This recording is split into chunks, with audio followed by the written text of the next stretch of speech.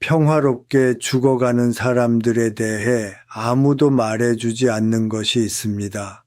마지막 날에 속삭이듯 말하는 사람들에 대해서 말이죠. 내가 다르게 행동했더라면 좋았을 텐데, 제가 말하는 건 아무런 후회도 없이 조용히 세상을 떠나는 사람들입니다. 그들에게는 다른 사람들과 차별화되는 무엇이 있었을까? 돈이 더 많아서도 아니었고 완벽한 건강도 아니었다. 100세가 넘은 철학자 김형석 교수에 따르면 그 비결은 다음과 같습니다.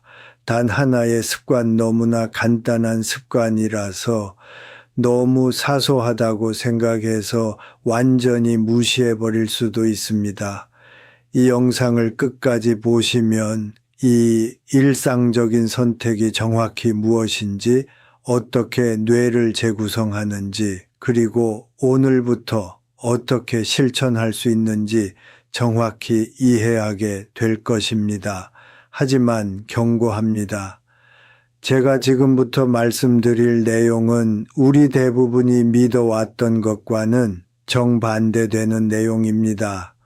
자, 시작해 볼까요? 제가 경고했던 믿음이 바로 이것입니다. 내 나이에 무슨 의미가 있겠어? 한 번쯤 들어봤을 거예요.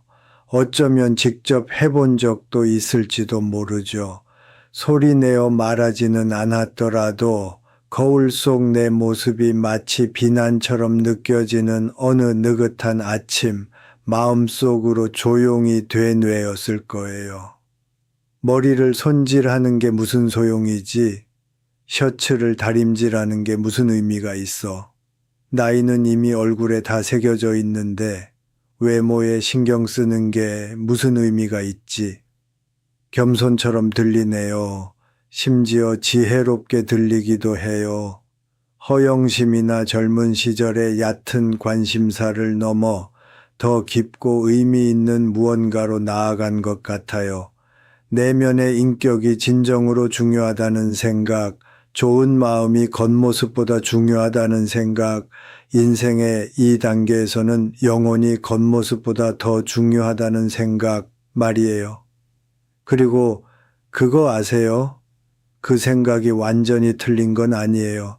하지만 바로 이 지점에서 조용히 위험이 도사리고 있습니다. 왜냐하면 그러한 믿음이 지나치면 스스로를 돌보지 않아도 된다는 허락으로 이어지기 때문입니다. 거울에 먼지가 쌓이도록 내버려 두어도 된다는 허락, 편안한 옷차림에 감당할 수 있는 만큼의 노력으로 하루하루를 보내면서 외모에 신경 쓰는 것은 겉모습만 중시하는 사람들이나 하는 짓이라고 스스로에게 말하는 허락으로 말입니다. 그리고 당신이 스스로에게 그런 허락을 하는 순간 당신 내면에서 허영심과는 전혀 상관없는 무언가가 일어나기 시작합니다. 제 말이 무슨 뜻인지 설명해 드릴게요.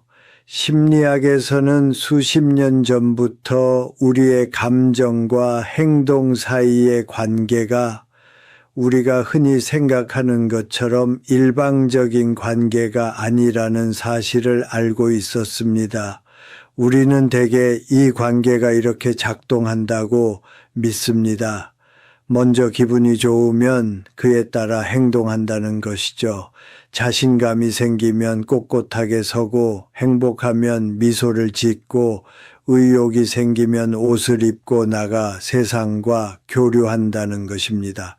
그건 논리적으로 보이네요. 그게 자연스러운 질서인 것 같아요. 하지만 연구 결과는 전혀 다른 이야기를 들려줍니다. 실제 사람의 뇌에서 일어나는 실제 과정은 종종 정반대입니다. 행동이 먼저 일어나고 그 후에 감정이 따라옵니다. 심리학자들은 이를 행동 활성화라고 부릅니다. 즉, 감정이 행동에 앞서는 것보다 행동이 감정에 앞서고 감정을 유발하는 경우가 훨씬 더 많다는 원리입니다. 자신감이 생기기를 기다렸다가 꼿꼿이 서는 것이 아닙니다. 꼿꼿이 서면 자신감이 생기기 시작합니다. 행복감을 느끼기를 기다렸다가 웃는 것이 아닙니다. 웃으면 신경계 어딘가에서 그에 따른 반응이 나타납니다. 이것은 동기부여를 위한 비유가 아닙니다. 이것은 신경과학입니다. 그리고 이는 우리가 나이 드는 방식에 심오한 영향을 미칩니다. 특정한 하루를 떠올려 보세요. 어떤 날인지 아시죠? 갈 곳도 없고 놀러 오는 사람도 없고 특별히 신경 쓸 이유도 없는 그런 날 말이에요. 그래서 그냥 편하게 있었죠. 편안한 옷차림에 거울도 보지 않고 머리는 헝클어진 채로 느긋한 아침의 흐름에 몸을 맡겼어요. 아마 스스로에게 쉬는 날이라고 조용한 날이라고 말했을지도 몰라요. 그렇다면 오후 중반쯤에는 실제로 어떤 기분이셨나요? 솔직히 말하면 그런 날에는 왠지 모를 무거운 기분이 감돌아요. 은은한 무기력함 같은 거죠. 슬픔이라고 단정 지을 순 없지만 그렇다고 기운이 없는 것도 아니에요. 마치 모든 게 조금 더 힘들고 하고 싶은 일도 덜하게 느껴지는 회색 안개 같은 거죠. 어쩌면 그 안개 때문에 신경을 덜 쓰게 된 거라고 생각했을지도 몰라요. 뭔가 이미 잘못돼서 무기력한 기분이 들고 단정하지 못한 모습은 그저 증상일 뿐이라고 말이죠. 하지만 만약 상황이 반대였다면 어땠을까요? 만약 방치가 안개를 유발했다면 어떨까요? 이제 정반대의 상황을 생각해 보세요. 어딘가에 가야 할 일이 있었죠. 오랜 친구와의 점심 약속, 병원 진료, 아니면 단정하게 차려입어야 하는 간단한 심부름 같은 거요. 그래서 샤워를 하고 머리를 빗고 마음에 드는 옷을 골라 입었죠.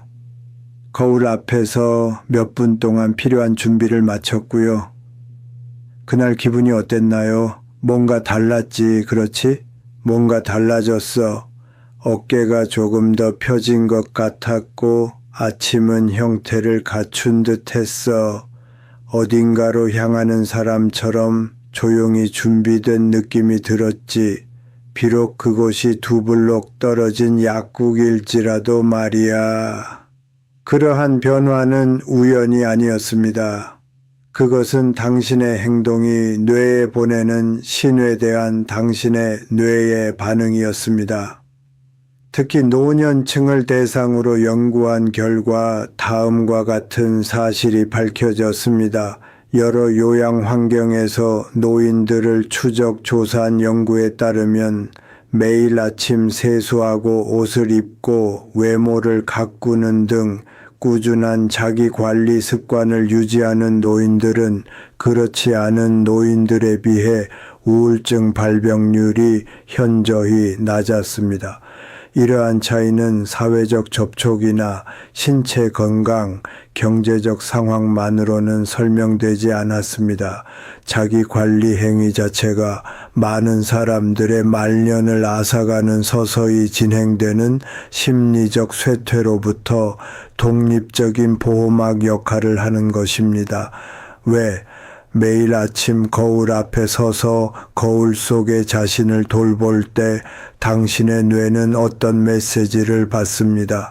정확히 말로 표현되는 것은 아니지만 말보다도 원초적이고 즉각적인 메시지입니다. 그 메시지는 바로 이것입니다. 당신은 여전히 보살핌을 받을 가치가 있습니다. 그것은 결코 작은 메시지가 아닙니다. 사실 인간의 마음이 받아들일 수 있는 가장 중요한 메시지 중 하나입니다.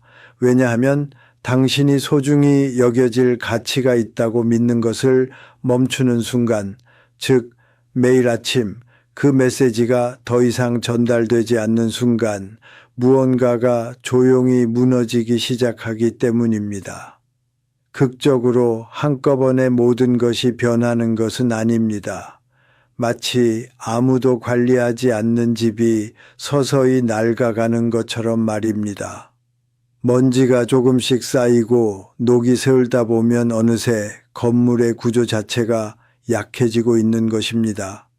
은퇴 후 일상을 잃거나 배우자를 잃고 소외감을 느끼거나 혹은 더 이상 노력할 가치가 없다고 생각하는 많은 사람들이 설명할 수 없는 어둠 속에 빠져드는 이유가 바로 이것입니다. 그들은 거울 속 자신의 모습과 연결짓지 않습니다. 감지 않은 머리카락이나 갈아입지 않은 옷, 몇 주 동안 웃지 않은 얼굴과도 연결짓지 않습니다. 하지만 분명히 연결고리는 존재합니다. 그리고 바로 이 부분이 여러분에게 진정한 희망을 줄 만한 부분입니다. 감정이 외모에 영향을 미치고 외모가 감정에 영향을 미치는, 즉 양방향적인 관계라면 당신은 생각보다 훨씬 더 큰 힘을 가지고 있습니다. 기분이 나아질 때까지 기다릴 필요 없이 지금 당장 오늘 어떤 상태이든 자신을 돌보기 시작할 수 있습니다. 그러면 좋은 기분도 자연스럽게 따라올 것입니다. 순식간에 그런 건 아니에요. 전등 스위치처럼 갑자기 따뜻해지는 게 아니라 마치 난방을 다시 켰을 때 방 안이 서서히 따뜻해지는 것처럼요. 얼굴을 씻고 머리를 빗고 깨끗한 옷을 입으면 뇌 어딘가에서 작지만 중요한 신호가 발생합니다. 아직 여기 있어, 여전히 같이 있어, 여전히 포기하지 않았어. 매일 아침 반복되는 그 신호는 모든 것의 시작입니다. 하지만 지금 여러분의 마음속에 떠오르는 질문이 바로 이것일 겁니다. 만약 정말 그렇게 간단하다면, 즉 매일 자신을 돌보는 것이 해답이라면 왜 그렇게 많은 사람들이 그만두는 걸까요?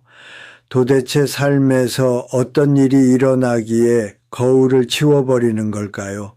조용히 아무런 의식 없이 더 이상 노력할 가치가 없다고 판단하는 그 순간의 진정한 대가는 무엇일까요?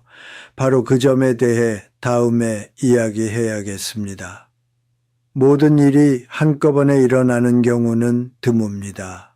아무도 미리 알려주지 않는 게 바로 그거죠.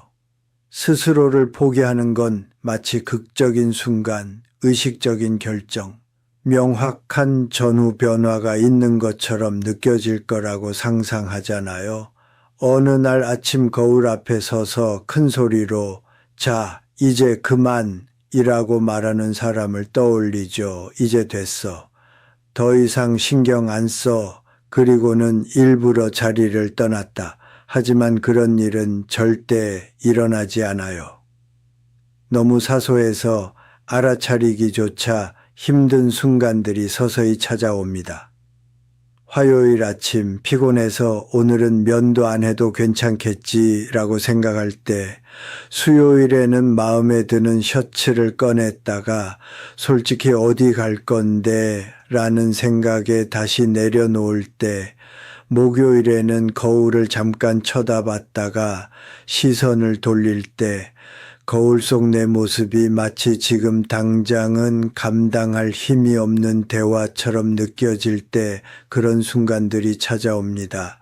그러다 어느 목요일이 매주 목요일이 되고 매주 목요일이 일주일 내내 이어집니다.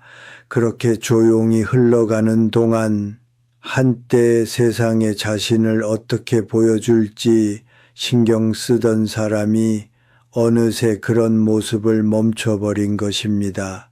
극적으로 변한 것도 아니고 의도적으로 변한 것도 아닙니다.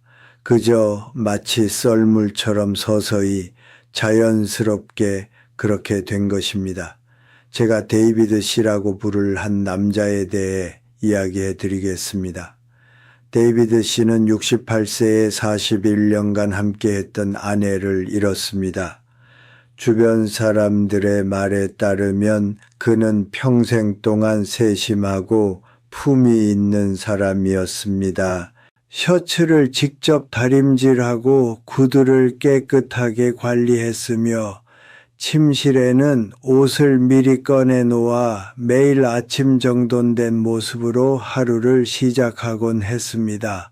아내는 남편이 자신보다 외모에 더 꼼꼼하다고 농담처럼 말하곤 했습니다. 그녀가 죽은 후 그 의자는 몇 주 동안 그리고 몇 달 동안 비어 있었다.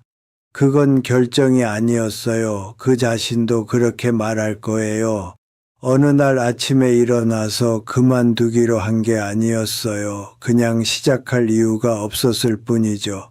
알아봐 줄 사람도 없었고 아침을 함께 나눌 사람도 없었고 아래층으로 내려올 때 눈을 마주칠 사람도 없었어요. 의자에 걸린 셔츠는 언제나 어떤 조용한 방식으로 작은 사랑의 표현이었고 이렇게 말하는 방식이었죠. 나는 오늘 여기에 나타날 것이다. 나는 여전히 당당하게 나타날 만한 가치가 있는 사람이다. 그녀가 그 메시지를 받지 못했기에 그 행위는 의미를 잃었다. 그래서 그는 멈췄다. 6개월도 채 되지 않아 이웃들은 알아차렸다. 데이비드 씨가 불친절하거나 까다로워서가 아니었다. 그는 여전히 예전처럼 따뜻하고 총명한 사람이었다. 하지만 그의 태도에 뭔가 달라진 점이 있었다. 옷은 항상 약간 구겨져 있었고 얼굴에는 턱수염이 완전히 나지도 않고 완전히 사라지지도 않은 희미한 수염 자국이 있었다. 그와 이야기를 나눌 때면 그의 눈빛은 존재는 하지만 어딘가 멀리 떨어져 있는 듯 마치 자신의 삶을 약간 떨어진 곳에서 바라보는 사람 같았다. 데이비드 씨에게 무슨 일이 일어나고 있었는지 여러분이 이해해 주셨으면 하는 점이 있습니다. 그를 둘러싼 세상이 변하고 있었는데 그가 보살핌을 받을 가치가 없어져서가 아니라 그가 자신이 보살핌을 받을 자격이 있다고 믿는다는 신호를 더 이상 보내지 않았기 때문입니다. 그리고 세상은 의식적이든 무의식적이든 그의 말을 그대로 받아들였습니다. 심리학에서는 두 사람이 처음 만나는 그 3초 동안 일어나는 메커니즘에 이름을 붙였습니다. 첫인상의 80%가 외모만으로 결정된다는 사실은 이미 알고 계실 겁니다.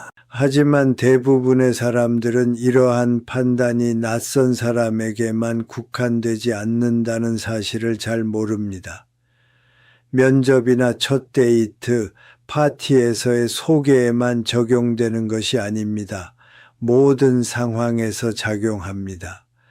다른 사람이 당신을 처음 보는 순간 그들의 뇌는 똑같은 빠른 계산을 하고 있는 것입니다. 이 사람은 잘 지내고 있을까? 내가 이 사람에게 온전히 관심을 기울여야 할까? 이 사람은 내 모든 관심과 보살핌을 받을 만한 가치가 있을까? 그리고 당신의 외모가 처음 3초 동안 보내는 신호는 당신이 단 한마디도 하기 전에 그 질문에 대한 답을 제시합니다. 이것이 일상생활에서 실제로 어떤 의미인지 생각해 보세요. 데이비드 씨가 병원에 갑니다. 그는 지난 4개월 동안 매주 입던 똑같은 재킷을 입고 있습니다. 머리는 빗지 않았고 얼굴에는 늘 덥수룩한 수염이 나 있습니다. 허리는 마치 규칙적으로 똑바로 서도록 훈련받지 않은 사람처럼 안쪽으로 굽어 있습니다. 그의 의사는 훌륭하고 세심한 의사입니다. 하지만 의사도 인간입니다.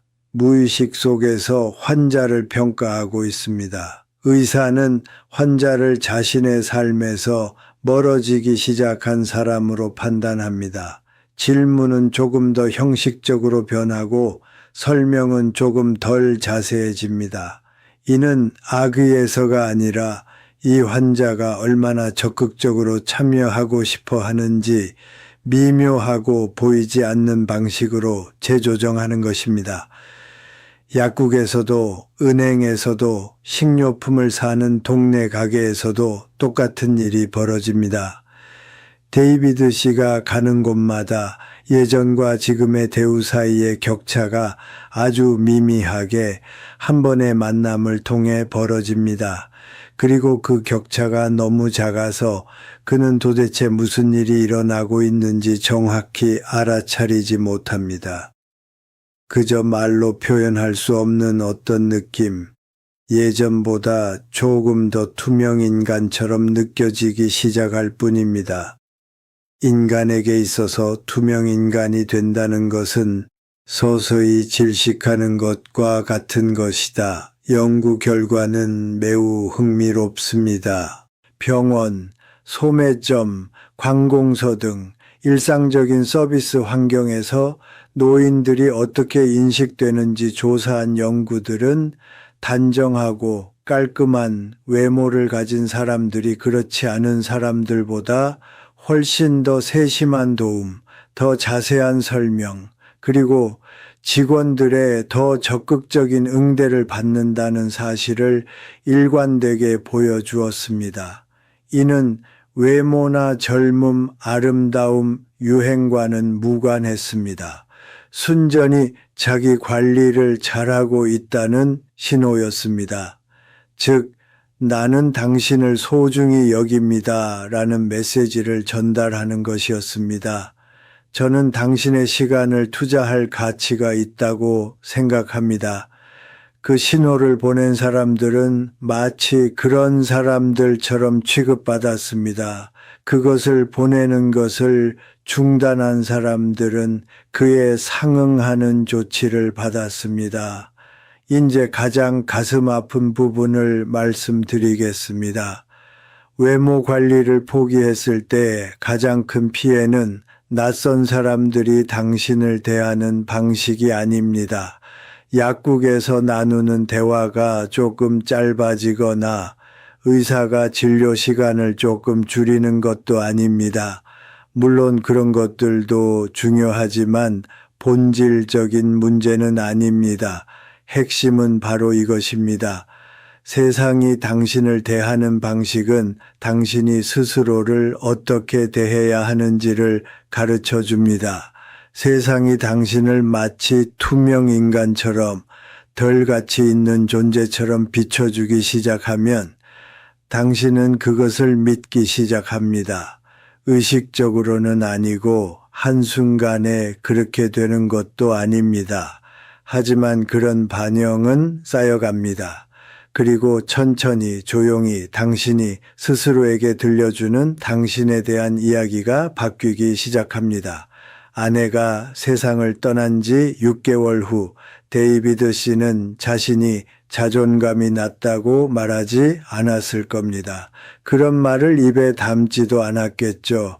그저 피곤할 뿐이라고 하루하루를 버텨내고 있다고 중요하지 않은 일에 괜히 신경 쓰지 않겠다고 했을 겁니다. 하지만 그가 실제로 하고 있던 것은 씻지도 않은 아침마다 자신이 더 이상 중요하지 않다는 이야기에 동의하는 것이었습니다. 그리고 그 이야기는 아무런 반박 없이 그대로 받아들여지면 결국 사실처럼 여겨지게 되는 경향이 있다. 그렇다면 이러한 상황에 맞서기 위해서는 무엇이 필요할까요? 잿빛 표류의 한가운데 고요하고 보이지 않는 체념의 심연 속에 빠져 있던 누군가가 갑자기 다른 모습을 발견할 때 어떤 일이 벌어질까요? 비록 조심스럽거나 마지못해 하는 것이라 할지라도 다시금 자신을 위해 존재하기 시작하기로 결심한 사람의 뇌와 몸, 그리고 삶에는 어떤 변화가 일어날까요? 마거릿에 대해 이야기해 드리고 싶어요. 마거릿은 71세였고 지난 2년 동안 거울을 통해 자신의 모습을 제대로 본 적이 없었다. 제대로 된 시선이 아니었다. 사랑하는 사람을 바라보는 그런 눈빛이 아니었다. 그녀는 복도에 있는 거울 앞을 마치 사이가 안 좋은 이웃을 스쳐 지나가듯 지나쳤다. 눈도 마주치지 않고 재빨리 아무 일도 없이 지나가기를 바라면서 거울은 그녀의 마음속에서 실망스러운 일만 일어나는 곳이 되어버렸다. 그래서 그녀는 더 이상 거울 앞에 서지 않았다. 그녀의 남편 로버트는 26개월 전에 세상을 떠났다. 44년간의 결혼 생활, 44년 동안 누군가는 내가 차를 마시는 방식, 침대에서 내가 자는 쪽, 내 웃음소리와 그 의미까지 정확히 알고 있었다. 그러던 어느 날 아침, 여느 때와 다름없는 평범한 화요일 아침, 그는 더 이상 곁에 없었다. 거의 반세기 동안 누군가를 중심으로 세심하고 애정 어린 손길로 쌓아 올렸던 마거릿의 세상은 그녀가 더 이상 알아볼 수 없는 곳으로 변해버렸다. 가족들의 말에 따르면 그녀는 감정 기복이 심한 사람이 아니었다. 그녀는 무너지지 않았고 일상생활을 멈추지도 않았다. 매일 아침 일어나 식사를 준비하고 저녁에는 좋아하는 프로그램을 시청하고 자녀들의 전화도 받았다. 겉으로 보기에는 그녀는 잘 지내고 있었고 어려움을 극복하며 해야 할 일을 하고 있었다. 하지만 그녀는 더 이상 미래를 향해 나아가지 않았다. 그녀는 편안한 옷 몇 벌만 번갈아 입었다. 먹는 것은 필요했기 때문이지 음식이 그녀에게 어떤 즐거움을 주기 때문이 아니었다. 일찍 잠자리에 들었고 자는 시간보다 깨어있는 시간이 더 길었다. 그리고 아무런 의식도 없이 완전히 자신의 외모에 신경 쓰는 것을 그만두었다. 게을러서가 아니었다. 마거릿은 결코 게으른 여자가 아니었다. 그저 마치 사용하지 않는 가구에 쌓인 먼지처럼 조용하고 말 없는 확신이 그녀를 감쌌기 때문이었다. 이제 더 이상 예쁘게 보일 사람이 아무도 없어. 그녀의 손녀 소피는 23살이었는데 젊은 여성들이 때때로 지니는 특유의 고집스러운 면모를 보였고 할머니가 세상과 단절하고 조용히 지내는 것을 전혀 받아들이지 못했다. 어느 토요일 아침 소피는 차 열쇠를 손에 든 채 예고 없이 마거릿의 집 문 앞에 나타나 미용실에 가자고 했다. 마거릿은 반대했다. 그럴 필요가 없다고 지금 모습 그대로도 충분히 좋다고 말했다. 소피는 알고 있다고 말했다. 그런데도 그들은 갈 예정이었다. 마거릿은 스타일리스트 의자에 앉아 어렴풋이 바보 같은 기분을 느꼈다. 마치 원하지도 않았는데 억지로 뭔가를 하게 된 것 같은 기분이었다. 그녀는 스타일리스트의 질문에 단답형으로 대답했다. 거울 대신 무릎 위에 손을 내려다 보았다. 거울 속의 자신이 그다지 흥미롭지도 않고 신경 쓸 가치도 없다고 이미 오래전에 결론지었던 터라 지금 와서 그 생각을 바꿀 이유도 없었다. 그러자 스타일리스트가 의자를 돌렸다. 마거릿은 고개를 들었다. 그리고는 멈춰 섰다. 그녀는 한참 동안 거울 속의 여자를 가만히 바라보았다. 스타일리스트는 극적인 변화를 준 것이 아니었다. 그저 다듬고 모양을 살짝 잡아주고 몇 달 동안 방치되어 거칠고 칙칙해진 머리색을 부드럽게 해준 것뿐이었다. 길거리에서 사람들의 시선을 사로잡을 만한 변화도, 낯선 사람이 특별하다고 말할 만한 변화도 아니었다. 하지만 마거릿은 그 상황을 낯선 사람의 시선으로 바라보고 있지 않았다. 그녀는 2년 넘게 진정으로 자신을 온전히 집중하고 진심으로 바라보지 못했던 한 여성의 눈으로 거울을 보고 있었다. 그리고 그녀가 본 것은 예상했던 모습이 아니었다.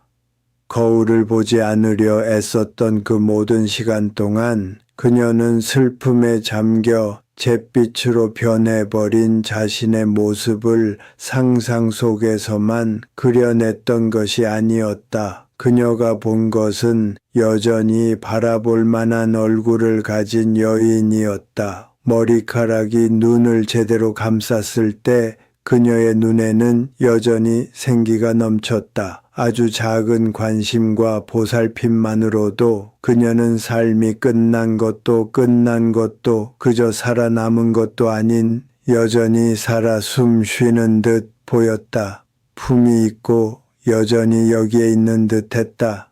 그녀의 눈에 눈물이 고였다. 그녀는 잠시 아무 말도 하지 않았다. 그러자 그녀는 아주 조용히 말했다. 저게 정말 나 맞아? 소피는 홀 건너편에서 휴대폰을 보는 척하며 지켜보다가 결국 시선을 돌려야 했다. 집으로 돌아오는 길에 마거릿은 이전과는 다른 의미의 조용함을 보였다. 할 말이 없어 감정을 억누르는 무미건조한 침묵이 아니었다.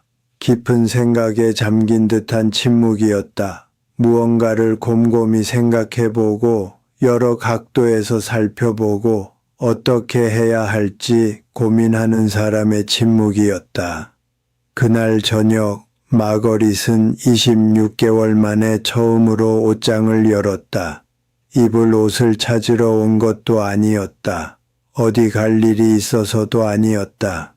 그녀는 마치 값비싼 물건이 들어있을 거라고는 생각도 못했던 상자를 여는 것처럼 천천히 상자를 열었다. 그리고 한참 동안 그 앞에 서 있었다.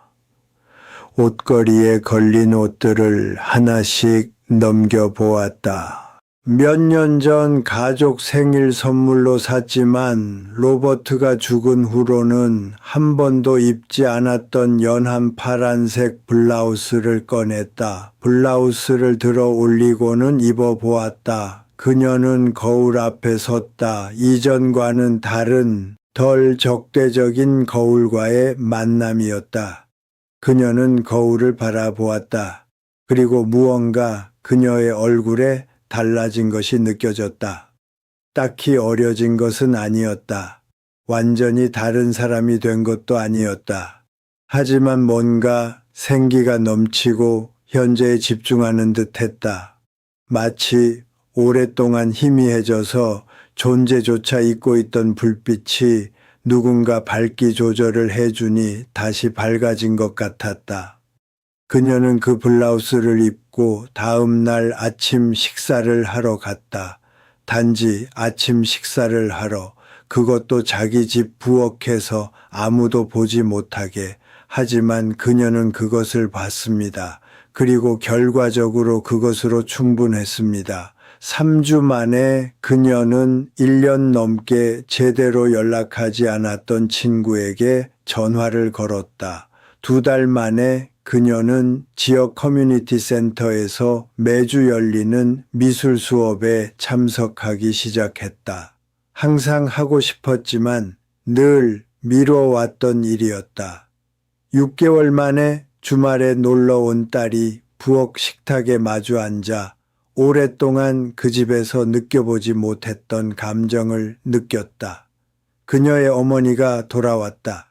이제 중요한 질문을 하나 드리고 싶습니다. 마거릿에게 정확히 무슨 일이 일어난 건가요? 어떤 계기로 그런 일이 벌어진 거죠? 그녀의 외적인 상황은 전혀 변하지 않았는데 말이에요. 로버트는 여전히 떠났고 슬픔은 여전히 깊었습니다. 앞으로 그녀의 삶은 소피가 문을 두드렸던 그날 아침처럼 불안하고 불안했습니다. 그렇다면 무엇이 바뀌었을까요? 이 부분이 가장 중요합니다. 마거릿의 이야기를 넘어 보편적인 무언가, 나이와 상황 혹은 마지막으로 진정으로 살아있음을 느낀 지 얼마나 오래되었는지와 상관없이 지금 이 순간 이 영상을 보고 있는 모든 사람에게 적용되는 무언가에 도달하는 부분입니다. 마거릿에게 변한 것은 머리 모양이 아니었다. 변한 것은 그녀 스스로에게 보내는 메시지였다. 26개월 동안 의도적인 자기 방치는 매일 아침 그녀의 뇌 가장 깊은 곳에 똑같은 메시지를 전달해 왔다. 당신은 노력할 가치가 없어요. 그런 말로는 아니었어요. 절대 그런 말로는 안 됐죠. 하지만 행동의 언어, 바로 뇌가 무엇보다 신뢰하는 언어로 그 언어로 전해진 메시지는 명확했어요. 그리고 그녀의 뇌는 본래의 기능을 충실히 수행하며 그 메시지에 부합하는 삶을 만들어가기 시작했죠. 그녀가 미용실 의자에 앉아 누군가의 손길이 닿은 정성껏 가꿔지고 존중받을 만한 존재로 여겨진 자신의 모습을 본 순간 모든 것이 바뀌었다. 작고 조용하고 부드러운 변화였다. 당신은 여전히 보살핌을 받을 가치가 있습니다. 그리고 그녀의 두뇌는 마찬가지로 효율적이고 충실하게 새로운 메시지에 부합하는 삶을 구축하기 시작했습니다. 이것이 습관이다. 이것이 바로 핵심이다. 복잡한 시스템도 아니고 값비싼 계획도 아닙니다. 젊음이나 돈 혹은 특별한 의지력이 필요한 것도 아닙니다.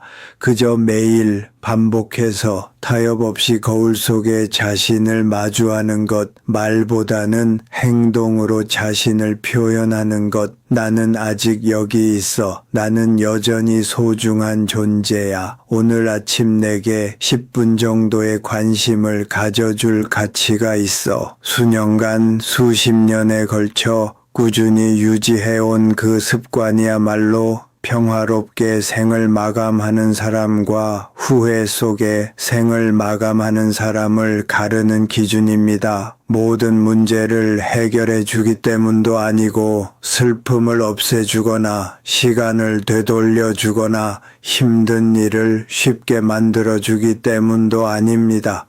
다만 인생에서 가장 중요한 관계, 즉 자기 자신과의 관계를 존엄성을 바탕으로 살아있고 제대로 유지시켜 주기 때문입니다. 알고 보니 존엄성은 다른 모든 것이 세워지는 토대였습니다. 하지만 대부분의 사람들이 생각해 보지 못한 또 다른 차원이 있습니다. 외모에 대한 생각을 완전히 바꿔놓을 만한 것이죠. 지금까지 우리가 이야기해 온 것은 주로 심리적인 측면, 즉 자기 관리가 기분, 정체성, 자존감에 미치는 영향이었습니다. 물론 이는 실제하고 중요하며 그 자체로도 충분한 의미를 지닙니다.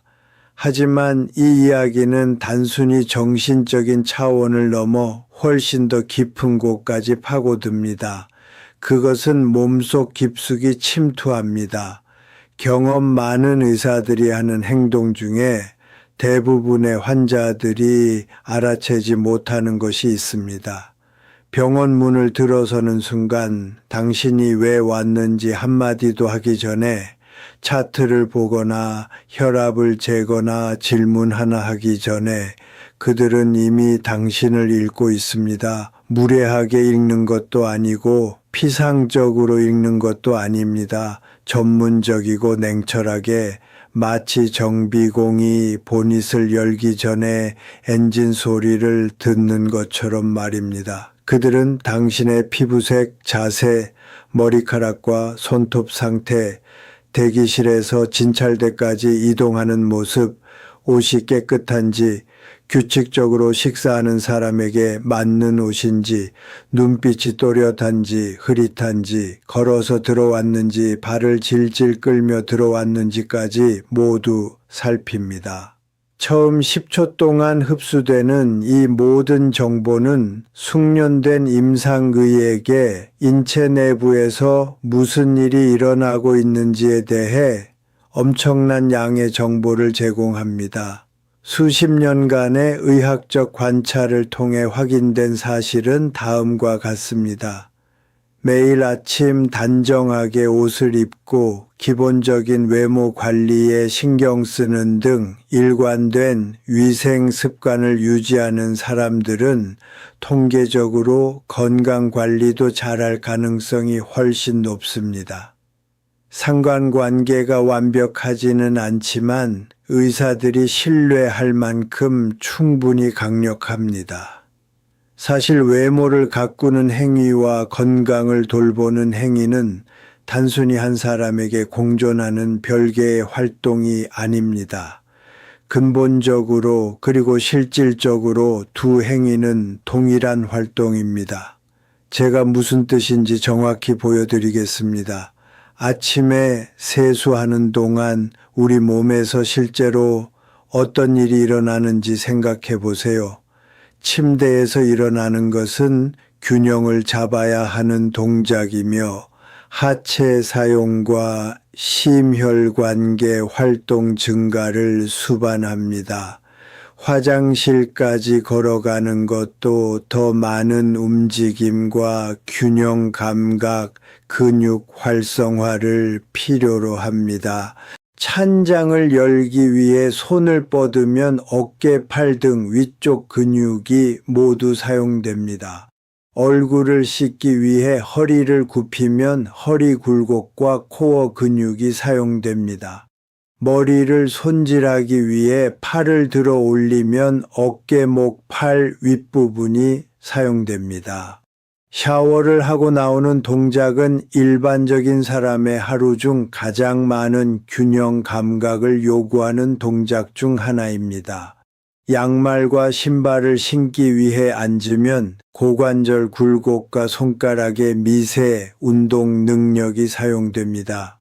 옷을 입고 문 앞에 서서 하루를 시작할 준비를 마칠 때쯤이면 여러분은 물리치료사라면 누구나 의미 있는 전신 기능 운동의 연속이라고 인정할 만한 동작을 이미 수행한 것입니다. 격렬한 운동도 아니고 유산소 운동도 아니지만 꾸준하고 다양하며 노년층이 나이가 들어도 독립적이고 활동적인 삶을 유지할 수 있도록 하는데 매우 중요한 신체 능력의 필수적인 운동입니다. 이건 비유가 아닙니다. 이건 역학입니다. 65세 이상 성인의 낙상률을 추적한 연구에서 놀라운 패턴이 발견되었습니다. 매일 아침 잠옷 차림이 아닌 제대로 된 옷과 신발을 착용하는 습관을 유지하는 사람들은 그렇지 않은 사람들보다 낙상 및 균형 관련 부상 발생률이 현저히 낮았습니다. 그 이유는 간단합니다. 매일 반복되는 옷 입기 행위는 균형과 협응력에 관여하는 특정 신경근 경로를 활성화시키고 반복적으로 사용하게 합니다. 이러한 경로를 규칙적으로 사용하지 않으면 퇴화하기 시작하지만 계속 사용하면 예리한 상태를 유지하게 됩니다. 아침 일과는 과장 없이 하루 중 가장 중요한 물리치료 시간 중 하나입니다. 하지만 신체적인 이점은 단순히 움직임의 메커니즘적인 측면을 훨씬 뛰어넘습니다. 옷을 정성껏 입고 거울을 보며 부끄럽지 않은 자신의 모습을 확인한 후를 생각해 보세요. 그때 무엇을 하고 싶으신가요?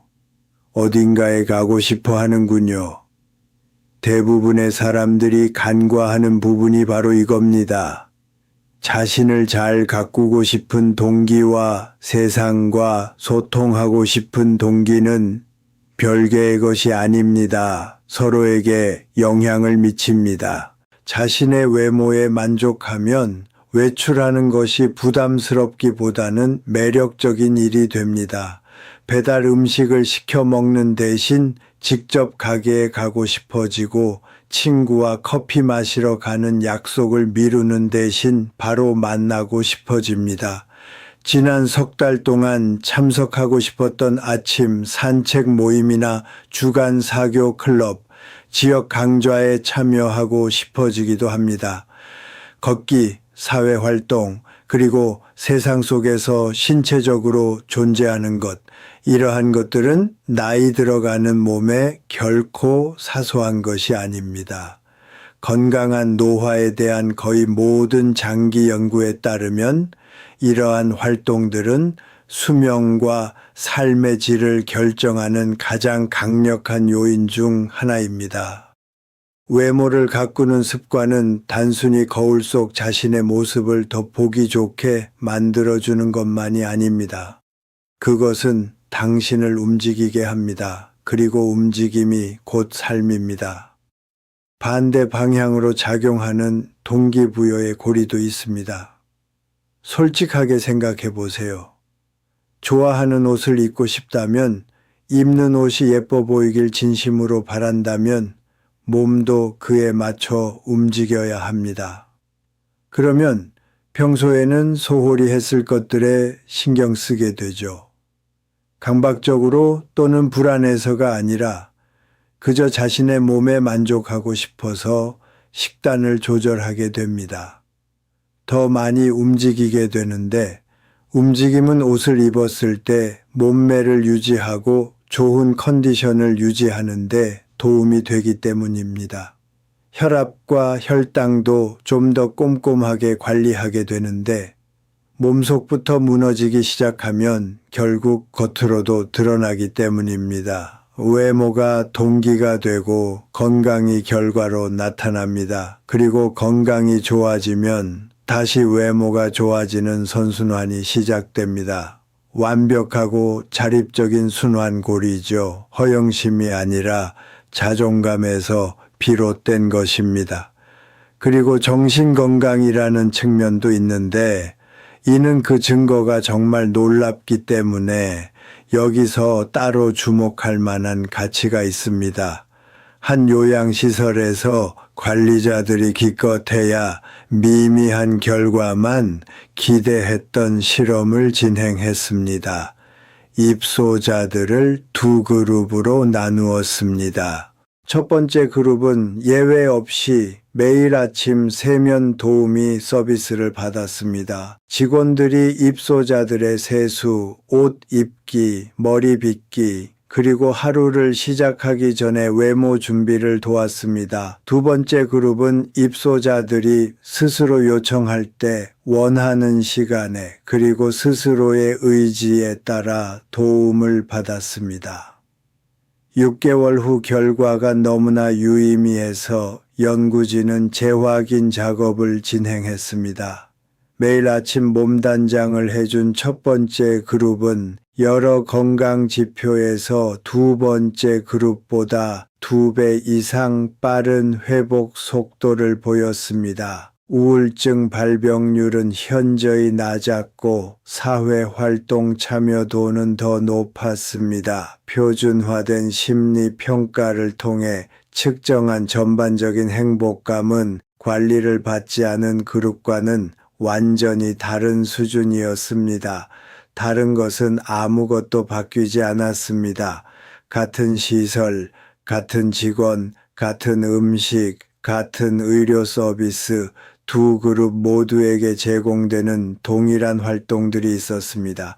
유일한 변수는 누군가가 매일 아침 나타나서 그들이 본래의 모습으로 돌아갈 수 있도록 도와주는지 여부였다. 잠시 생각해 보세요.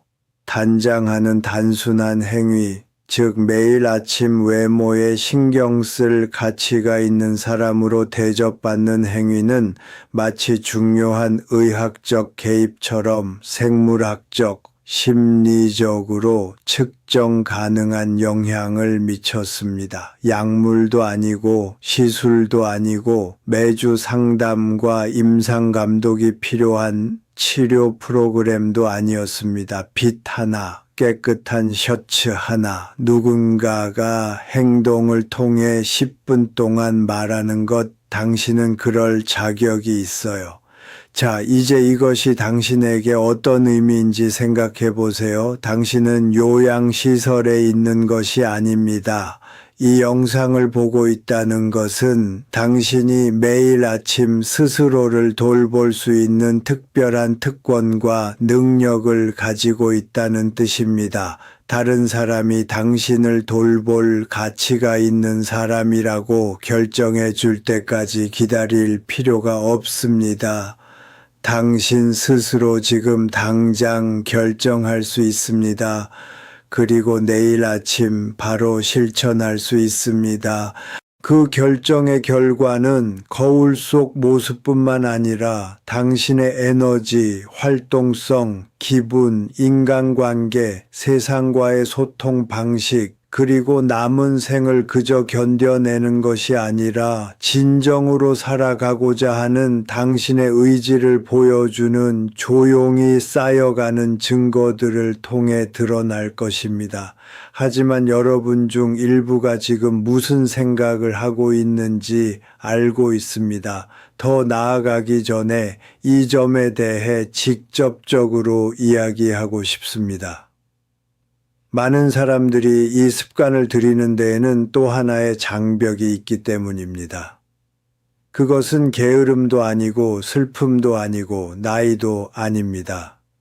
일을 제대로 하려면 돈이 필요할 텐데 그럴 만한 여유가 없을지도 모른다는 믿음 때문입니다. 그렇지 않습니다. 그리고 저는 그것을 여러분께 증명하고 싶습니다. 최근에 만났던 사람 중에 진정으로 훌륭한 인상을 준 사람을 떠올려 보세요. 화려하지도 않고 유행을 쫓고 18개월 후면 유행이 지날 물건에 돈을 쏟아붓는 그런 패셔너블한 사람도 아닙니다. 제가 말하는 건 더 깊고 조용한 의미에서 품격 있는 사람입니다. 방에 들어서는 순간 그 사람 하나만으로도 저절로 자세가 바르게 잡히는 그런 사람. 나이는 드러나지만 존재감은 분명한 그런 사람. 옆 사람에게 저 사람 좀 봐 라고 말하고 싶어지는 그런 사람. 저 사람을 봐. 나도 저렇게 되고 싶어. 자, 잘 생각해 보세요.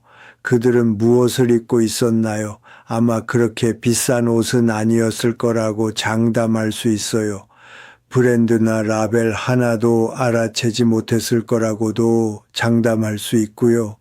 당신이 주목한 건 옷값이 아니었어요. 옷의 상태였죠. 몸에 착 감기는 모습, 깨끗하게 다림질되어 있고 나름의 신경을 써서 고른 듯한 느낌, 과하지 않으면서도 자연스럽게 어울리는 스타일, 그들의 모든 스타일이 말해주는 것 같았어요. 오늘 아침에 몇 분 동안 이 생각을 해봤습니다. 오늘 하루는 생각해 볼 가치가 있다고 생각했기 때문입니다. 그것이 바로 우아함입니다. 그리고 우아함은 돈과는 거의 아무런 관련이 없습니다. 나이 드는 것이 얼마나 중요한지 깨닫게 해주는 가장 놀라운 진실 중 하나이자 패션과 뷰티 업계가 당신이 이 사실을 믿지 못하게 하려고 애쓰는 이유이기도 합니다. 진정한 아름다움은 거의 돈이 들지 않는다는 것을 이해한다면 돈으로 살려고 애쓰는 것을 멈출 테니까요. 그러니 제가 분명하게 그리고 당신이 기억할 수 있도록 말씀드리겠습니다. 세상에서 가장 우아한 사람들은 가장 부유한 사람들이 아닙니다. 그들은 가장 깔끔하고 가장 정돈되어 있으며 가장 의도적인 사람들입니다. 수백만 달러의 재산을 소유한 사람들이 구겨진 값비싼 정장과 몇 달 동안 닦지 않은 구두 때문에 초라하고 볼품 없어 보이는 모습을 본 적이 있습니다. 반대로 평생 사치품 하나 소유해 본 적 없는 은퇴한 교사, 전직 공장 노동자, 할머니들이 옷은 다림질이 잘 되어 있고 자세는 꼿꼿하며 머리는 단정하고 얼굴에는 아침 10분 정도 시간을 내어 하루를 소중히 여긴 듯한 조용한 자신감이 넘쳐 방에 들어서는 모습도 보았습니다. 두 부류의 사람들의 차이는 은행 장외에 있는 것이 아니라 습관에 있다. 자, 그럼 실질적인 이야기를 해볼까요? 노년층에게 품위와 우아함을 주는데 실제로 도움이 되는 비용이 거의 들지 않거나 전혀 들지 않는 것들은 무엇일까요? 추상적인 이야기로 끝나지 않기를 바랍니다. 이 영상을 보고 나면 내일 아침에 무엇을 해야 할지 정확히 알게 되셨으면 합니다. 가장 중요하고 기본적인 요소는 바로 청결입니다. 아름다움도 아니고 젊음도 아니고 일반적인 의미의 매력도 아닙니다. 그저 청결함 그 자체입니다. 이 한 가지 요소가 다른 모든 것보다 한 사람을 주변 사람들이 품위 있게 볼지 아니면 초라하게 볼지를 결정합니다. 나이가 들수록 신체가 변화하기 때문에 젊었을 때보다 청결에 더욱 신경 써야 합니다. 규칙적인 세척과 세탁이 그 어느 때보다 중요해지는 것입니다. 가능하다면 매일 샤워하세요. 매일 샤워하는 것이 신체적으로 어렵다면 자신의 몸과 상황에 맞는 루틴을 찾아서 꾸준히 실천하세요. 옷은 한두 번 입고 나서 바로 세탁하세요. 어제 입었던 옷에서 냄새가 나는 상태로 외출하거나 심지어 하루 종일 집에 있는 것도 절대 금물입니다. 이것들은 사치가 아닙니다. 자신을 단정하게 가꾸기 위한 가장 기본적인 사항이며 소득 수준에 관계없이 누구나 실천할 수 있는 것입니다. 두 번째 요소는 단정함입니다. 머리카락은 얼굴의 틀과 같습니다. 이는 비유가 아니라 시각적인 사실입니다. 사람의 눈은 누군가를 볼 때 가장 먼저 얼굴로 향하고 얼굴에서 가장 먼저 인식하는 것은 바로 머리카락입니다. 빗질도 안 되어 있고 모양도 잡히지 않고 관리가 안 된 머리카락은 얼굴 전체에 대한 인상을 바꿔놓습니다. 단정하지 않은 머리카락이 못생겨서가 아니라 무관심을 나타내기 때문입니다. 적어도 오늘 아침에는 머리 손질을 하지 않기로 했다는 인상을 주는 것입니다. 비싼 미용실에서 머리를 자르지 않아도 깔끔한 머리 스타일을 유지할 수 있습니다. 빗과 5분이면 충분합니다. 남성의 경우 면도기와 규칙적인 면도 습관만 있으면 됩니다. 나이 인식에 관한 연구 결과 면도를 하지 않은 얼굴은 면도한 얼굴보다 1, 2년이 아니라 5년 이상 더 늙어 보인다는 사실이 일관되게 나타났습니다. 5년이라는 나이 차이는 매일 3분만 투자하면 얻을 수 있는 놀라운 변화입니다. 비용도 전혀 들지 않습니다. 여성의 경우 헤어스타일은 조금 더 복잡하지만 근본적으로는 간단합니다. 스타일을 자주 바꾸거나 유행을 쫓거나 비싼 제품에 돈을 쓸 필요가 없습니다. 중요한 것은 현재의 얼굴형에 어울리는 스타일을 찾는 것입니다. 40대 때의 얼굴이 아니라 지금의 얼굴에 맞는 스타일을 선택하고 꾸준히 유지하는 것이죠. 4, 6주에 한 번씩 실력 있는 미용실에 가서 꾸준히 관리받는 것은 대부분의 사람들이 커피에 쓰는 돈보다 훨씬 저렴하면서도 커피로는 결코 얻을 수 없는 효과를 가져다 줍니다. 세 번째 요소는 빛과 색상입니다. 그리고 이 부분은 모든 요소 중에서 가장 적은 비용이 듭니다. 필요한 것은 오직 관찰력과 솔직함 뿐입니다. 나이가 들면서 신체가 변하기 때문에 과거에 잘 어울렸던 옷이 더 이상 어울리지 않을 수 있습니다. 이는 당신의 체형에 문제가 있어서가 아닙니다. 단지 그 옷이 현재의 몸에 더 이상 맞지 않기 때문입니다. 너무 꽉 끼는 옷은 몸의 모든 굴곡을 드러내어 보기 좋지 않은 경우가 많습니다. 반대로 너무 헐렁한 옷은 몸매를 가려버려 실제보다 훨씬 마른 사람처럼 보이게 합니다. 이상적인 핏은 편안하면서도 의도적인 핏입니다. 자신의 체형을 있는 그대로 받아들이고 몸매를 억누르거나 가리지 않고 돋보이게 하는 옷이 필요합니다.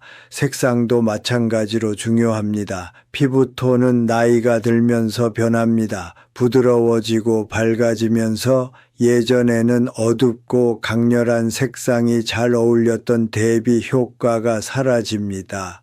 많은 사람들이 30대나 40대에 잘 어울렸던 색상을 계속 입으면서 그 색상들이 이제는 오히려 얼굴을 칙칙하게 보이게 한다는 사실을 깨닫지 못합니다.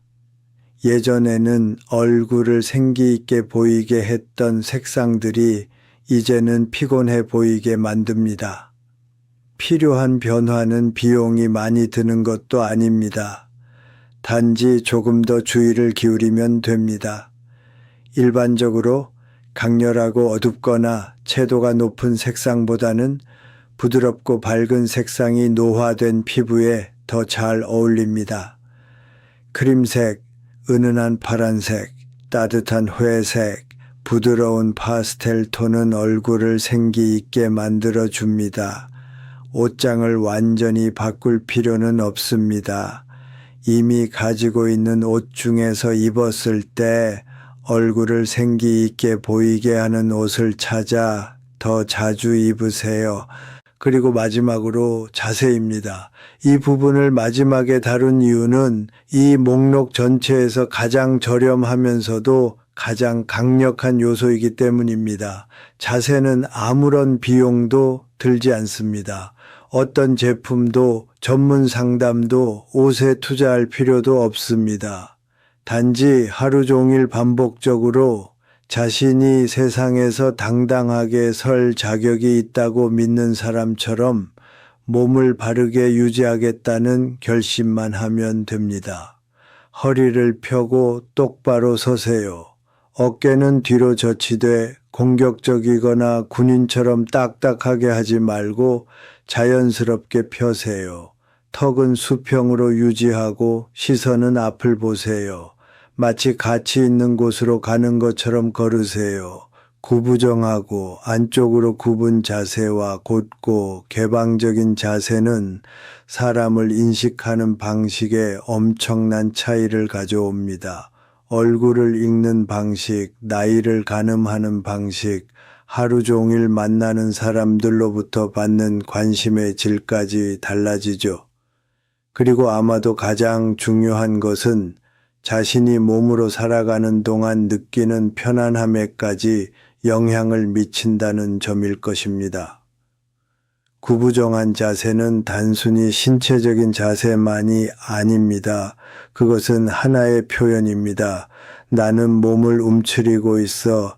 나는 공간을 덜 차지하고 있어. 나는 내가 여기에 어울리는지 확신이 서지 않아. 라고 말하는 것입니다. 당당하게 서 있는 것 또한 하나의 선언입니다. 그것은 나는 아직 여기 있다. 나는 여전히 가치 있는 사람이다. 내 나이와 처지가 어떻든 나는 아직 끝나지 않았다. 라고 말하는 것입니다. 목소리가 아닌 등줄기를 통해 전달되는 그 말은 당신을 보는 모든 사람에게 들립니다. 그리고 가장 중요하게는 당신 자신에게도 말이죠. 이 모든 것은 돈을 필요로 하지 않습니다. 필요한 것은 단지 매일 가장 기본적인 방식으로 그리고 눈에 보이는 방식으로 자신을 존중하기로 결심하는 것뿐입니다. 그리고 그 결심을 꾸준히 실천할 때 세상이 당신에게 반응하는 방식과 당신이 스스로에게 반응하는 방식에 어떤 값비싼 물건으로도 대체할 수 없는 변화가 일어나기 시작합니다. 값비싼 것으로는 결코 따라올 수 없는 우아함의 진정한 의미가 있습니다. 돈을 드리는 것보다 정성과 진심에서 우러나오는 우아함은 진정으로 얻은 것처럼 느껴집니다. 남들에게 잘 보이려고 꾸민 옷이 아니라 진정한 당신의 모습을 표현하는 것처럼 느껴지는 것이죠. 그리고 그 진실은 드러납니다. 언제나 드러나죠. 하지만 이 모든 것에는 청결함, 단정함, 자세, 색상, 핏, 그 이상의 더 깊은 차원이 있습니다. 어떤 옷장이나 미용 관리도 스스로 만들어낼 수 없는, 하지만 진정으로 존재할 때 모든 것을 변화시키는 무언가가 있습니다. 그건 당신의 얼굴에 쓰여 있어요. 그리고 그 얼굴은 당신의 평생 동안 하루하루 조금씩 새겨진 것이죠. 에이브러햄 링컨이 했던 말이 오랫동안 제 마음속에 남아 있습니다. 그는 사람이 40살이 되면 자신의 얼굴에 대한 책임은 본인에게 있다고 말했다. 처음에 그 말을 들었을 때는 좀 가혹하다고 생각했어요. 너무 냉정한 말 같았죠. 결국 우리는 태어날 때 어떤 뼈대를 갖고 태어나는지, 어떤 피부를 물려받는지, 매일 아침 거울에 비치는 자신의 얼굴 생김새를 선택하는 게 아니잖아요. 그건 유전적인 거고 운인 거죠. 성격이나 책임감과는 아무 상관이 없어요. 하지만 나이가 들수록 링컨이 무슨 의미로 말했는지 더 잘 이해하게 됩니다. 그리고 그가 결코 가혹했던 것이 아니라는 확신이 듭니다. 그는 정확하게 말했던 것입니다. 40살쯤 되면, 그리고 50살, 60살, 70살, 그 이후에는 더욱 분명해지겠지만 당신이 쓰고 있는 얼굴은 더 이상 태어날 때부터 가지고 있던 얼굴이 아닙니다. 그것은 당신이 만들어 온 얼굴입니다. 날마다 표정 하나하나, 생각 하나하나, 해마다 말이죠. 태어날 때 받은 얼굴은 그저 캔버스일 뿐입니다. 그 이후로 그 위에 그려진 모든 것은 전적으로 당신의 것입니다. 주변에 정말로 나이가 드신 분들을 떠올려 보세요. 70대, 80대, 어쩌면 그 이상이실 수도 있겠죠. 잡지에서 보는 것처럼 아름다운 얼굴이 아니라 더 깊고 오래도록 마음속 깊이 느껴지는 아름다운 얼굴을 떠올려 보세요. 주름살이 거칠기보다는 따뜻해 보이는 얼굴, 입뿐 아니라 눈, 뺨, 심지어 얼굴, 주변까지 모두 드러내며 웃는 얼굴, 당신을 바라볼 때 진심으로 당신의 존재에 기뻐하는 듯한 느낌을 주는 얼굴들을 생각해 보세요. 자, 이제 저 얼굴들이 어디에서 왔는지 생각해 보세요. 그들은 좋은 유전자를 물려받은 것이 아닙니다. 좋은 습관에서 비롯된 것입니다. 감사할 것을 찾는 습관, 둘 다 있을 때 쓴맛보다 따뜻함을 선택하는 습관, 그리고 남들에게 보여주기 위한 연기가 아닌 진심으로 미소 짓는 습관, 모든 어려움에도 불구하고 여전히 미소 지을 만한 것들이 존재하는 세상에 대한 자연스러운 반응으로서의 미소 말입니다. 수십 년에 걸쳐 형성된 이러한 습관들은 얼굴 근육 구조를 물리적으로 변화시켰습니다. 이는 비유가 아니라 해부학적 사실입니다. 얼굴에는 40개가 넘는 근육이 있으며 모든 근육과 마찬가지로 사용에 따라 반응합니다. 운동하는 근육은 강해지고 더욱 선명해집니다. 반대로 사용하지 않는 근육은 약해지고 처집니다. 평생 동안 미소를 짓는 습관은 얼굴 근육을 위로 당기는 역할을 하는 근육을 기본적으로 편안한 자세로 만들어 가만히 있을 때조차도 얼굴이 밝고 따뜻해 보이도록 합니다. 반대로 평생 동안 찡그리거나 좌절감에 얼굴을 찡그리거나 만성적인 불만으로 얼굴을 아래로 당기는 습관은 정반대의 근육 구조를 만들어냅니다. 이 연구는 매우 흥미롭고 어떻게 바라보느냐에 따라 겸손함을 배우게 하거나 엄청난 격려가 될 수 있습니다. 한 연구에서 참가자들에게 동일 인물의 사진 2장을 보여주었습니다. 첫 번째 사진에서는 무표정한 얼굴을 하고 있었고, 두 번째 사진에서는 자연스럽고 편안한 미소를 짓고 있었습니다. 참가자들은 각 사진 속 인물의 나이를 추정해 보도록 요청받았습니다. 결과는 일관적이고 놀라웠습니다.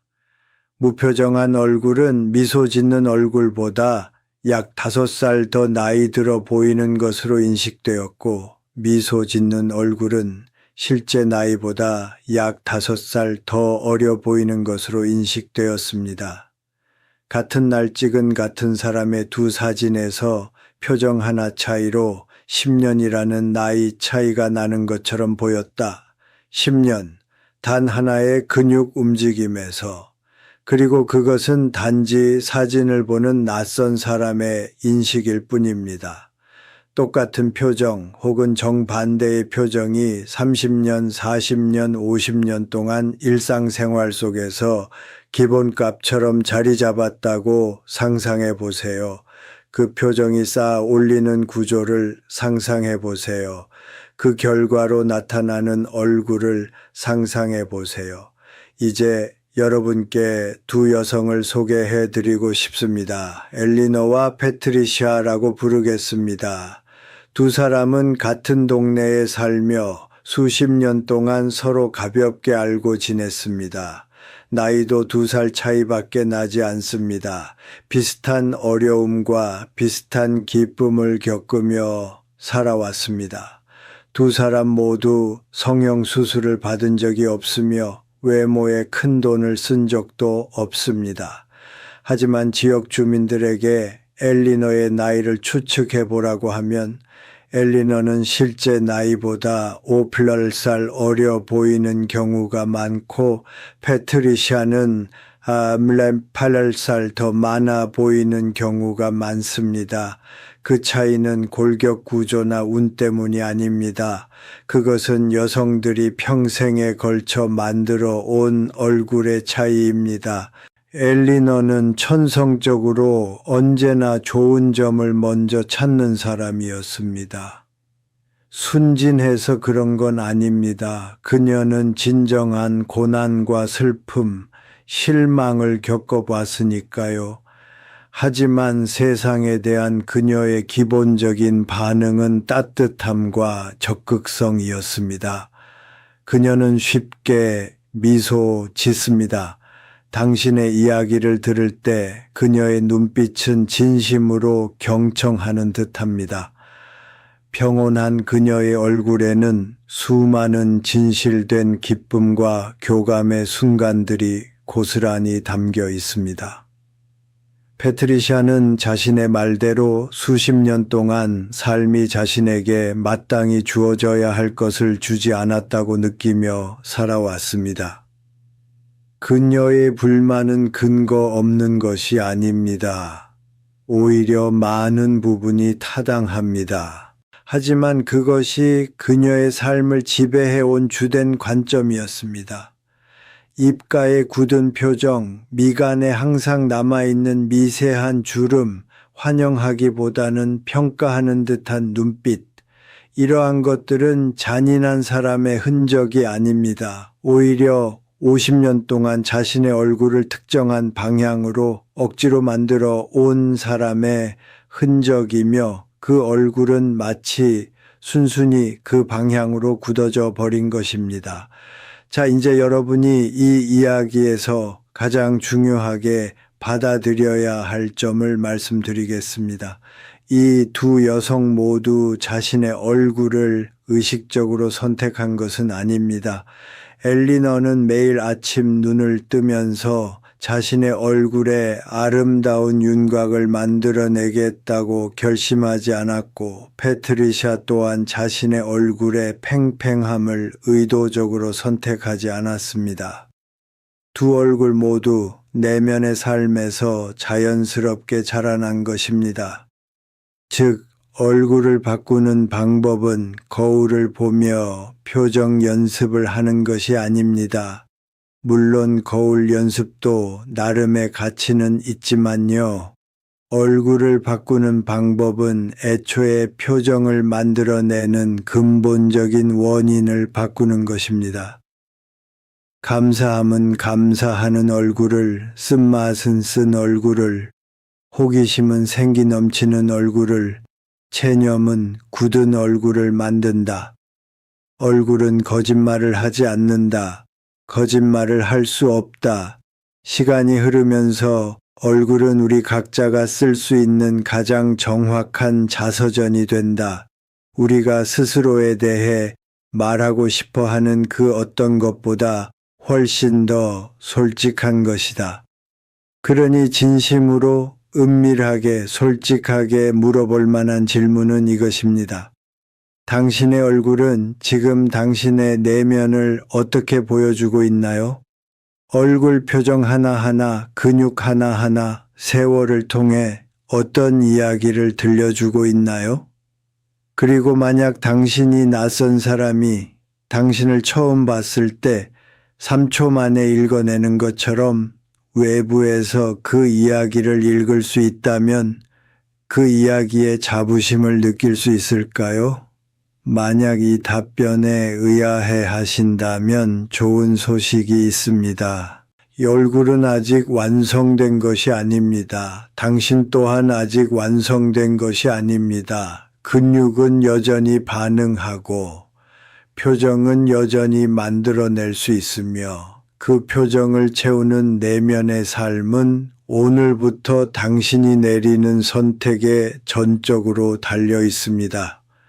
매일 아침 감사할 일 3가지를 찾기로 결심하는 것은 몇 달, 몇 년에 걸쳐 어떤 크림이나 시술로도 따라올 수 없는 방식으로 당신의 얼굴에 드러나기 시작할 것입니다. 사람들에게 소소한 즐거움에 많은 사람들이 잠들어 있는 아침에 살아있다는 단순한 사실에 미소 짓기로 결심하는 것은 당신 삶의 가장 눈에 띄고 영구적인 기록에 투자하는 것입니다.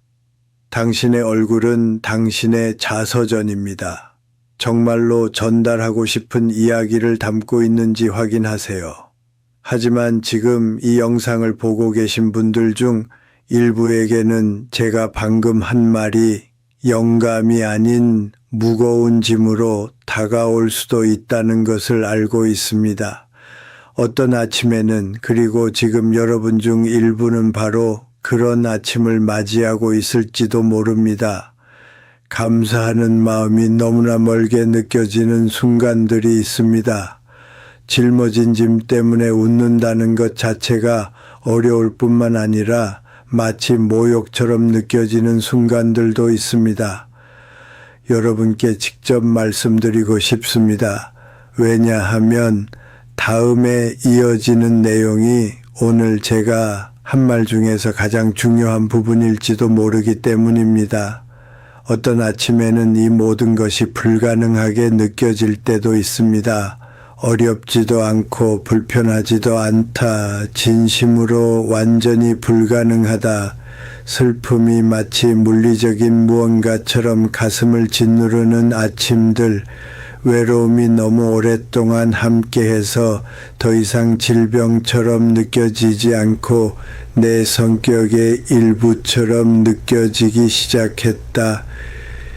이제는 그냥 내 존재의 일부가 되어 일상생활에 너무나 깊숙이 새우며들어 외로움이 생기기 전에 느낌이 어땠는지조차 기억나지 않을 정도다. 그런 아침에는 거울 앞에 서서 외모를 가꾸는 게 무의미할 뿐만 아니라 거의 어처구니 없게 느껴진다. 마치 집에 불이 났는데 가구를 재배치하라는 말과 같다. 머리 모양이 어떻든 무슨 상관이지. 뭘 입었든 무슨 상관이야. 아무도 오지 않을 거고 아무도 보고 있지 않아. 문 밖 세상은 내가 머리를 빗었든 안 빗었든 전혀 개의치 않고 늘 그랬듯이 돌아갈 거야. 저는 그런 감정을 이해합니다. 그것이 잘못된 것이라거나 나약한 것이라거나 부끄러워할 일이라고 말하려는 것은 아닙니다. 하지만 제가 생각하기에 여러분이 꼭 들어야 할 이야기가 하나 있습니다. 그 느낌, 바로 그 느낌은 무슨 소용이야. 아무도 안 보고 있는데. 그것은 지혜가 아닙니다. 허영심을 초월한 사람의 고요한 통찰력도 아닙니다. 그것은 내면으로 향하고 스스로를 파고드는 마음의 목소리입니다. 자기 방치와 자존감, 저하의 악순환이 너무 오래 지속되어 그것이 진실처럼 느껴지기 시작할 때 나타나는 현상입니다. 그것은 단지 순환일 뿐입니다. 패턴일 뿐입니다. 시작이 있으니 끝도 있는 무언가입니다. 그러한 감정의 가장 위험한 점은 바로 그 감정이 너무나 그럴듯하게 들린다는 것이다. 오늘 아무도 오지 않을 수도 있다는 것은 사실입니다. 정고까지 편안한 옷차림으로 있다고 해서 세상이 멈추는 것도 아닙니다. 당장 눈앞에 닥친 상황에서 아침에 거울을 보지 않는다고 해서 눈에 띄는 결과가 나타날 리도 없다는 것도 사실입니다. 하지만 여기에도 진실이 있는데 그 조용한 목소리는 결코 언급하지 않는 것입니다. 지금 시청하고 계십니다. 당신은 항상 지켜보고 있습니다. 당신이 스스로를 어떻게 대할지에 대한 모든 선택은 앞으로 당신의 삶에서 겪게 될 모든 경험에 영향을 미칠 단 한 사람, 바로 당신 자신이 고스란히 지켜보고 있습니다. 당신은 자신의 관찰에서 벗어날 수 없습니다. 당신은 매일 아침 당신이 보살핌을 받을 가치가 있는 사람인지 아닌지에 대한 증거들을 스스로 평가하는 것을 피할 수 없습니다. 그렇기 때문에 자기 관리라는 의식은 가장 무의미하게 느껴지는 날에 가장 중요한 의미를 지닙니다. 멋지게 차려입는다고 슬픔이 해결되는 것도 아니고 깨끗한 셔츠 한 벌이 외로움을 달래주는 것도 아닙니다. 다만 힘든 아침, 우울한 아침, 모든 이성적인 이유가 그냥 침대에 누워 포기하라고 말하는 아침에 자신을 위해 나서는 행위 자체가 뇌의 가장 깊은 곳에 메시지를 전달하여 부정적인 생각의 악순환을 끊어내기 때문입니다. 메시지는 다음과 같습니다. 저는 포기하지 않았습니다. 네 단어, 말이 아닌 행동으로 전달되는, 그리고 힘든 아침, 칙칙한 아침, 감당하기 힘들 정도로 무거운 아침마다 꾸준히 반복되는 이 네 단어는 그 어떤 것도 만들어낼 수 없는 무언가를 만들어낸다. 버려지지 않은 자, 제가 제임스 씨라고 부를 한 남자에 대해 이야기해 드리겠습니다. 제임스 씨는 아내가 오랜 투병 끝에 세상을 떠났을 때 65세였습니다. 그는 아내의 마지막 3년 동안 주된 간병인 역할을 맡았는데 불평 한마디 없이 그 역할을 온전히 수행했습니다. 그것이 바로 그의 성품이었기 때문입니다. 그 기간 동안 그의 모든 삶은 아내를 돌보는데 집중되어 있었습니다. 매일 아침은 목적이 있었고 매 시간은 해야 할 일이 있었으며 아무리 힘들었더라도 하루하루가 분명하고 의미 있는 날들로 채워져 있었습니다. 그리고 그녀는 사라졌다. 그 형체도 그녀와 함께 사라졌다. 그 후 거의 10년 동안 제임스 씨는 마치 정지된 상태와 같은 생활을 했습니다. 심각한 우울증에 걸린 것은 아니었습니다. 일상생활을 하고 밥을 먹고 뉴스를 보고 가끔 자녀와 손주들을 만나기도 했습니다. 하지만 그는 훗날 오랜 시간을 들여 곰곰이 생각해 본 사람답게 자신의 하루하루를 진정으로 살아가는 것이 아니라 그저 살아있다는 것을 기계적으로 좇는 것이라고 정확하게 묘사했습니다. 그는 거의 매일 모자를 푹 눌러 쓰고 다녔다. 추워서가 아니었다. 머리를 손질할 필요가 없었기 때문이다. 그는 옷이 서너 벌밖에 없었고 별 생각 없이 번갈아 입었다. 입고 빨고 또 입었다. 면도는 생각날 때 아마 일주일에 2번 정도 했다. 나중에 스스로 인정했듯이 그는 마치 인간답게 행동하는 것이 귀찮은 일이라고 생각한 사람처럼 보였다. 그러던 어느 날 오후 그는 딸의 권유로 거의 우연히 그것도 아주 드물게 참석하던 사교 클럽에서 방 건너편에 있는 한 여자를 발견했다. 그는 방 건너편에 있는 여자를 발견했다. 그는 나중에 이렇게 말했다. 마치 잊고 있었던 내 모습의 일부를 떠올리게 하는 무언가를 발견하는 것처럼요. 로맨틱한 감정도 아니었고 즉각적인 감정도 아니었어요.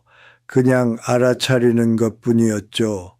무언가가 짧고 예상치 못하게 살아나는 듯한 느낌이었어요.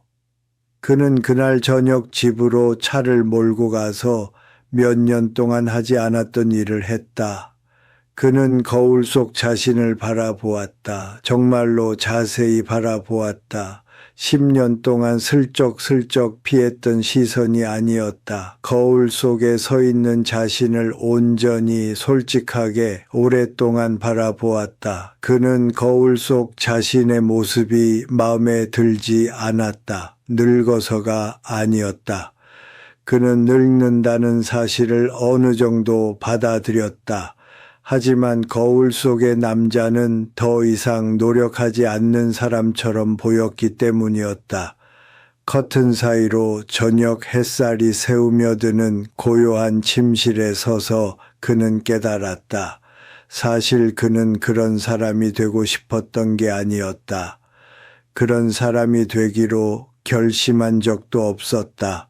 면도를 거르고 세수하지 않은 아침이 반복되면서 의식적으로 선택한 적도 없이 그저 그런 모습으로 흘러갔을 뿐이었다. 다음 날 아침 그는 면도를 했다.